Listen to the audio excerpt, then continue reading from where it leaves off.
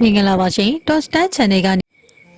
ေမင်္ဂလာပါရှင် Tostan Channel ကနေဒီကနေ့ရဲ့နိုင်ငံတကာသတင်းများကိုတင်ဆက်ပေးပါမယ်ပထမဆုံးတရက်မပြည့်ခင်မှာပဲအကွဲစားပြုလာတဲ့ American Iran အပြည့်ရဲ့သဘောတူညီချက်ဆိုတဲ့သတင်းကိုတင်ဆက်ပေးပါမယ်လက်ဘနွန်ကိုအစ္စရေးကဆက်ပြီးတိုက်ခိုက်နေမယ်ဆိုရင်နောက်ထပ်ရသွားလောက်လက်တုံ့ပြန်ရလိမ့်မယ်လို့အီရန်ကသတိပေးခဲ့ပါတယ် American နဲ့အီရန်တို့ကြားကအပြည့်ခက်ရဲစဲရေးသဘောတူညီမှုဟာတရက်မပြည့်ခင်မှာပဲအကြောင်းတွေစတင်လာနေတာဖြစ်ပါတယ် AB 9ရက်နေ့မှာ American သမ္မတ Donald Trump ကအီရန်နဲ့သတင်းနှစ်ပတ်ကြာအပြည့်ရစဲတိုင်ရင်စစ်ပွဲကိုဆုံးသက်နိုင်ဖို့ဆက်လက်ဆွေးနွေးမယ့်အကြောင်းကြေညာခဲ့ပါတယ်။မရှိမနှောင်းမှာပဲအမေရိကန်ရဲ့မဟာမိတ်အစ္စရေးအပြည့်ရဖို့ဂျာဝင်စစ်ဆက်ပေးခဲ့တဲ့ပါကစ္စတန်အစိုးရအမေရိကန်နဲ့စစ်ခင်းနေတဲ့အီရန်အစိုးရတို့ကလည်းအပြည့်ရသဘောတူညီမှုအကြောင်းကိုအတီးတီးအတီးပြုထုတ်ပြန်ခဲ့ကြတာပါ။ဒါပေမဲ့လည်းအပြည့်ရသဘောတူညီမှုချုံငုံတက်ရောက်မဲ့နိုင်ငံတွေနဲ့ပတ်သက်ပြီးသဘောထားကွဲလွဲမှုတွေရှိနေပါတယ်။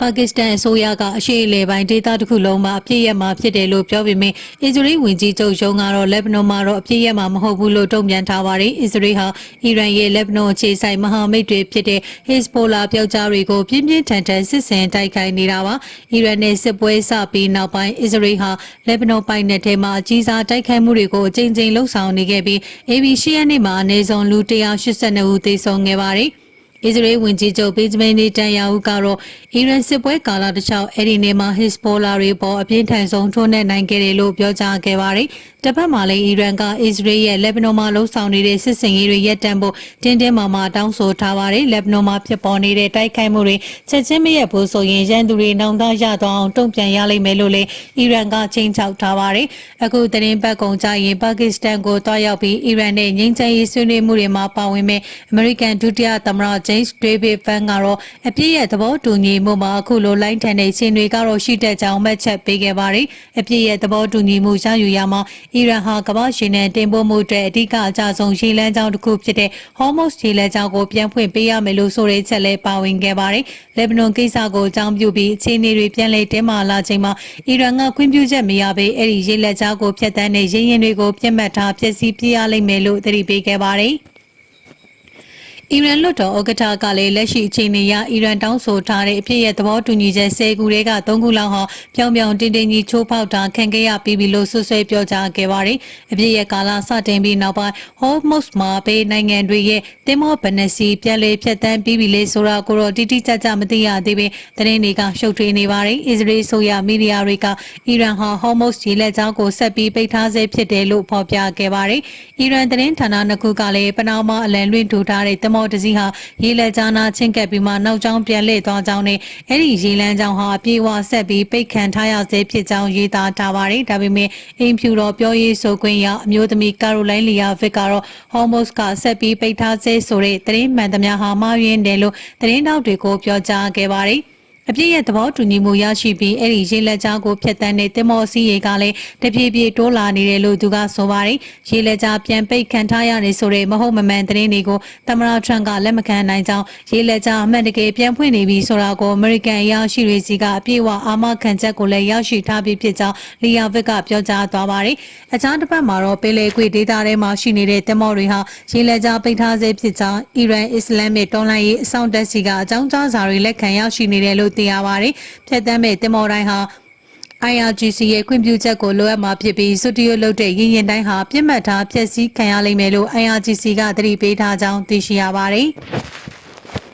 နောက်ထပ်တင်ဆက်ပေးမယ့်သတင်းကတော့အီရန်နဲ့အချိန်မရွေးစစ်ပြန်တိုက်ဖို့အသင့်ရှိနေတယ်လို့အစ္စရေးဝန်ကြီးချုပ်ကျုံးဝါတဲ့အကြောင်းကိုတင်ဆက်ပေးပါမယ်။အပြည့်ရထားပေမဲ့အီရန်နဲ့စစ်ပြန်တိုက်ရမယ်ဆိုရင်လည်းအသင့်ပဲလို့အစ္စရေးဝန်ကြီးချုပ်ဘင်ဂျမင်နေတန်ညာဟုကပြောကြားခဲ့ပါတယ်။လောလောဆယ်မှာအမေရိကန်နဲ့အစ္စရေးတို့ဟာအီရန်နဲ့သတင်းနှစ်ပတ်ကြာအပြစ်ခတ်ရဲစဲဖို့သဘောတူထားပါတယ်။ဒါပေမဲ့အဲ့ဒီသဘောတူညီချက်မှာလက်ဘနွန်နိုင်ငံကအကျုံးဝင်မှုဆိုပြီးအစ္စရေးကလက်ဘနွန်အခြေစိုက်အီရန်မဟာမိတ် Hezbollah ပျောက်ကြားတွေကိုဆက်လက်တိုက်ခိုက်နေပါတယ်။အီရန်ကအဲ့ဒီခြေနေကိုကန့်ကွက်ပြီးအစ္စရေးရဲ့တိုက်ခိုက်မှုတွေမရပ်တန့်မှုဆိုရင်နောက်ထပ်ရသွားအောင်လက်တုံ့ပြန်ရလိမ့်မယ်လို့သတိပေးထားပါတယ်။အပြည့်ရဲ့သဘောတူညီမှုစတင်ရရှိပြီးတရက်လောက်အကြာမှာပဲမတိမငြိမ်ဖြစ်လာတဲ့နောက် AB လ10ရက်နေ့မှာနေတန်ညာဟုကရှင်းရှင်းလင်းလင်းပြောချင်တာတစ်ချက်ရှိကြောင်းအစ္စရေးမှာမပြည့်မြောက်သေးတဲ့ရည်မှန်းချက်တွေကျန်နေသေးဖြစ်ကြောင်းဒါတွေကိုရရှိဖို့အတွက်ဆွေးနွေးညှိနှိုင်းပြီးဖြစ်စေတိုက်ပွဲတွေပြန်ဆပြီးဖြစ်စေအားထုတ်မှာဖြစ်ကြောင်းပြောကြားခဲ့ပါတယ်။ လောလောဆယ်ပြည့်ရထားပြီးမြေလိုအပ်လာမယ့်ချိန်တိုင်းမှာတိုက်ခိုက်မှုတွေပြန်ဆဖို့လဲ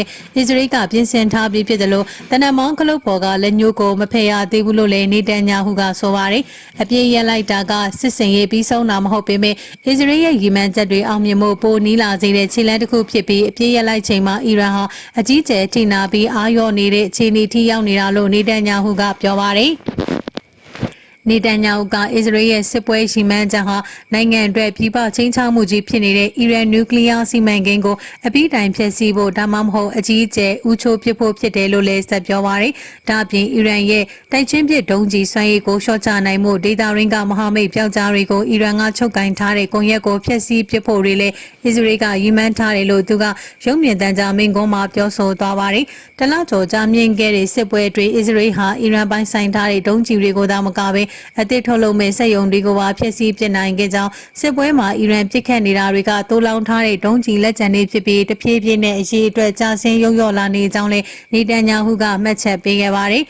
အစ္စရေးဟာအီရန်နျူကလ িয়ার စီမံကိန်းကိုလည်းအပြင်းထန်ထိခိုက်စေခဲ့ပြီးအရေးပါဆုံးအခြေခံအဆောက်အုံတွေတပ်ပေါင်းချောင်စက်ရုံတွေကိုပါဖျက်ဆီးပစ်နိုင်ခဲ့တယ်လို့လည်းသူကဆိုပါတယ်နေတန်ညာဟုကအီရန်ရဲ့တန့်စင်ပြီးသားယူရေနီယံတွေကိုပါဖယ်ရှားပစ်နိုင်ဖို့အစ္စရေးကရည်ရွယ်ထားကြောင်းလည်းအတည်ပြုခဲ့ပါတယ်သူကအမေရိကန်နဲ့အစ္စရေးတို့ပူးပေါင်းပြီးစစ်ပွဲကိုဆင်နွှဲနိုင်ခဲ့တာကိုလည်းကြီးကျူးသွားခဲ့ပါတယ်တမိုင်းဝင်စစ်စင်ရေးတရက်ကိုအတူပူးပေါင်းဆင်နွှဲနိုင်ခဲ့ကြောင်းအရှိလေပိုင်းမှာတွေ့မြင်မှုသမျှအကြီးဆုံးစစ်စင်ရေးဖြစ်လာကြောင်းနိုင်ငံစလုံးရဲ့အကြီးမားဆုံးရန်ဘက်တွေပေါ်လက်တွဲတိုက်ခိုက်မှုတွေထဲမှာလည်းဒီစစ်ပွဲဟာမကြုံစဘူးထူးခဲ့တဲ့ပေါင်းစည်းမှုတစ်ခုဖြစ်ခဲ့ကြောင်းသူကပြောကြားသွားတယ်လို့သိရပါတယ်ဆက်လက်ပြီးနေတိုးအတွင်းမှုချုပ်နဲ့ဆွေးနွေးပြီးတဲ့နောက်နေတိုးကိုထရန့်ဝေဖန်တဲ့သတင်းကိုတင်ဆက်ပေးပါမယ်။နေတိုးစစ်မဟာမိတ်အဖွဲ့အတွင်းမှုချုပ်နဲ့တကားပိတ်ဆွေးနွေးပြီးချိန်မှာအမေရိကန်သမ္မတဒေါ်နယ်ထရန့်ကနေတိုးအပေါ်မှာဝေဖန်ထိုးနှက်သွားခဲ့ပါတယ်။သူဟာ ABC ရက်နေ့တုန်းကအိမ်ဖြူတော်မှာနေတိုးအတွင်းမှုချုပ်မက်ဂရူတေးနဲ့တကားပိတ်ဆွေးနွေးခဲ့တာဖြစ်ပါတယ်။အဲဒီဆွေးနွေးမှုမှာထရန့်ကအမေရိကန်အနေနဲ့နေတိုးအဖွဲ့ဝင်ဖြစ်ကနေနှုတ်ထွက်မယ်ဆိုတာမျိုးထည့်သွင်းချင်းချောက်ခဲ့ပွဲရှိကြောင်းခံမှန်းမှုတွေလည်းပြန်နေနေပါတယ်။ထရန့်ဟာအမေရိကန်ရဲ့ဆင်လာမဟာမိတ်ဖြစ်တဲ့နေတိုးနိုင်ငံတွေနဲ့ဆက်ဆံရေးမပြေလည်မှုတွေရှိခဲ့ပြီးအမေရိကန်ကအီရန်ပေါ်ဆင်နွှဲခဲ့တဲ့စစ်စင်ရေးအတွင်းမှာတော့အခြေအနေတွေကပိုဆိုးကုန်ပါတယ်။အဲ့ဒီစစ်ပွဲမှာပါဝင်ကူညီဖို့ညှင်းဆိုခဲ့တဲ့နေတိုးပေါ်ထရန့်ကအကြီးကျယ်ဒေါသပေါက်ကွဲခဲ့ပါတယ်။လူဒေးနဲ့တွေ့ဆုံခဲ့တဲ့စီဝေးပြီးမှာတော့ထရန့်ကအဲ့ဒီကြောင်းကိုလူမှုကွန်ရက်ပေါ်မှာထပ်ပြီးရေးသားခဲ့ပါတယ်။အမေရိကန်ကလိုအပ်နေချိန်မှာနေတိုးကရှိမနေပေးခဲ့ကြောင်းနောက်တစ်ခါဒါမျိုးထပ်ပြင်းရင်လည်းနေတိုးကအမေရိကန်အတွက်ရှိနေပေးမယ်လို့မထင်ကြောင်းထရန့်ကသူ့ကိုယ်ပိုင်လူမှုကွန်ရက် platform ဖြစ်တဲ့ Truth ပေါ်မှာဖော်ပြထားပါတယ်။သူကနေတိုးအဖွဲ့ဝင်နိုင်ငံတစ်ခုဖြစ်တဲ့ဒိန်းမတ်ကပိုင်ဆိုင်တဲ့ Greenland ကျွန်းကိုအမေရိကန်ကသိမ်းယူလိုတဲ့အကြောင်းကိုလည်းပြန်အစားဖော်ထားခဲ့ပါတယ်။ရေခဲတွေဖုံးနေပြီးညံ့ပြင်းနေစီမံမှုအောက်မှာရှိနေတဲ့အဲ့ဒီကျွန်းကြီး Greenland ကိုတတိယကြဖို့လို့ကြောင်းထရန့်ကရေးသားထားပေမဲ့သူဘာကိုဆိုလိုတဲ့ဆိုတာကိုတော့တိတိကျကျရှင်းမပြထားပါဘူး။ထရန့်က Greenland ကိုအမေရိကန်ပိုင်ဆိုင်ခွင့်ရဖို့လိုအပ်ရင်စစ်ရာသုံးမယ်လို့ပါအရေးမွဲ့ပြောခဲ့မှုပြီးဒိမတ်နဲ့နေတိုးဖွဲ့ဝင်နိုင်ငံတွေရဲ့အပြင်းထန်ဆန့်ကျင်မှုကြောင့်သာအဲ့ဒီကိစ္စကိုလက်လျှော့ထားခဲ့တာပါအခုတော့ရူတီနဲ့ဆွေးနွေးပွဲပြီးမှထရန့်က Greenland အကြောင်းကိုထပ်ပြောလာပြန်တာဖြစ်ပါတယ်လက်ပေါက်ကသူတို့လိုတတ်မှတ်ခံရတဲ့ထရန့်နဲ့အတော်လေးလေးပေးဖြောင်းအောင်ဆွေးနွေးနိုင်သူလိုအသိမဲ့ပြုခံရတဲ့နေသားလဲဝင်ကြီးချုပ်ဟာရူတေးဟာအိမ်ဖြူတော်ပေးဘက်တကားပေါက်ကနေဝင်ပြီးအနောက်ဆောင်မှာထရန့်နဲ့တကားပိတ်ဆွေးနွေးခဲ့တာဖြစ်ပါတယ်။သူကဘာတွေပြောဆိုပြခဲ့တယ်လဲဆိုတာကိုထုတ်မပြောပေမဲ့ဆွေးနွေးမှုတွေကအရှမ်းပွင့်လင်းပြီးဒေရုဆန်ခဲ့ကြောင်း CNN